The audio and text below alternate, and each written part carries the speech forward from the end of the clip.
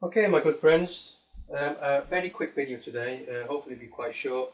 I'm going to be talking about beats, bars and phrases.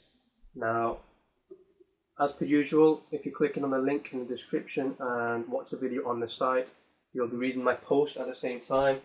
And I've added a little picture there as well. Is that right? Can you see me? Okay, there you go. I think that's right. Okay.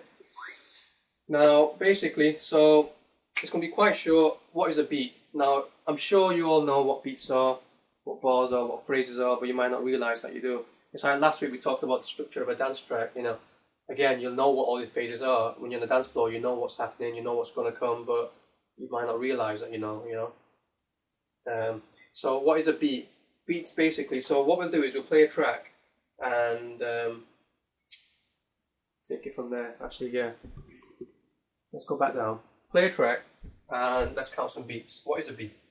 So when you listen to a track, you're nodding your head, you're tapping the table, you're doing something, you're tapping in time to a beat. So here we go. Binary Refinery, 1998, Matt Darey mix. It starts off like this. Can you hear the beat? 1, 2, 3, 4. 1, 2, 3, 4.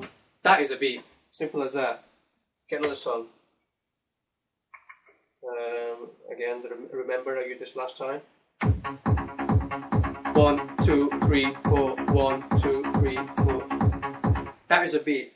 Now, usually, what happens is you have beats being grouped into what is called a bar. Now, with different styles of music, you might have different number of beats per bar. In dance music, you're generally going to have 4 beats per bar. I've never heard a trance track when you don't have 4 beats in the bar. So if you guys know one, let me know.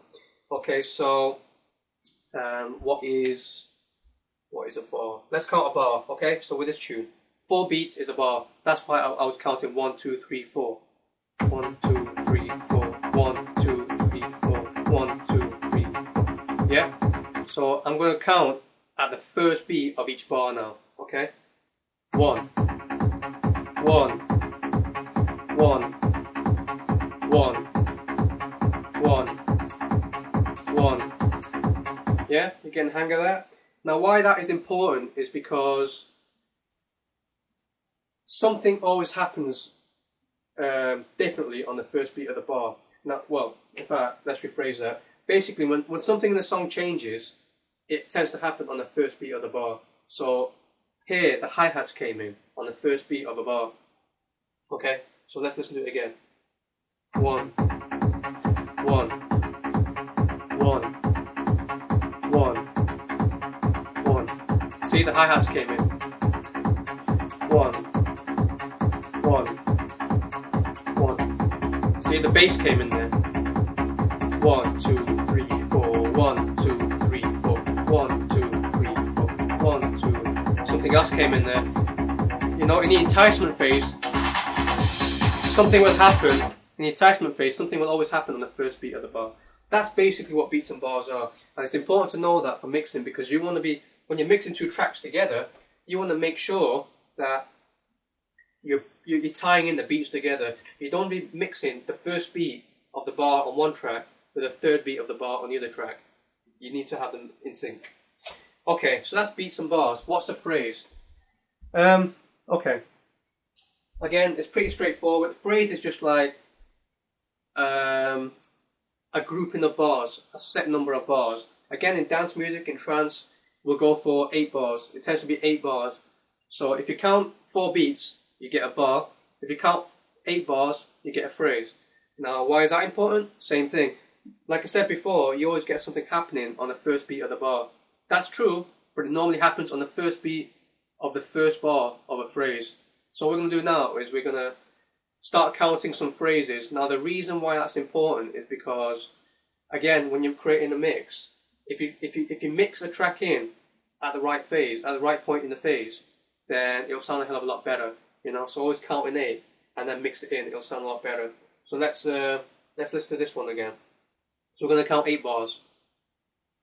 1, 2, 3, 4, 5, 6, 7, 8. That's the phrase. Start again. 1, 2, 3, 4, 5, 6, 7, 8. A good place to mix. 1, 2, 3, 4, 5, 6, 7, 8. Could mix again. 1, 2. So you see, basically at the end of the phrase, that's the best time to mix. 5, 6, 7, 8. End the phrase. Yeah. Now how cool would it be if that was the beginning of the mix there, you know? So once again, like last week, try and do some homework and go back to your tracks and see if you can count the phases, and if you can realise, see if you can actually notice why it would be good to actually start mixing in at the beginning of a phase. You know, so you're going to count your 8 bars, you're going to get different phases, and you're going to notice at the beginning of each phase something's happening, you know, something big, like the main synth line will come in or something, and that, I mean, just think about it, you know, if you actually mix in there and bring that track in there into the mix, it'll sound great. You don't want to be coming in at the wrong beat of the bar, and you don't want to be coming in at the wrong bar of the phrase. It just doesn't sound right. It's got to line up properly. So pretty much it. I think that's all explained on the site. I've actually got a little diagram showing a stage with beats and bars, and I think that should be it. So next time I'm going to be talking about pitch, tempo, and key. Just a brief explanation of what they mean. And then that's it, musical theory over, I promise. Last one. Okay, catch you guys later.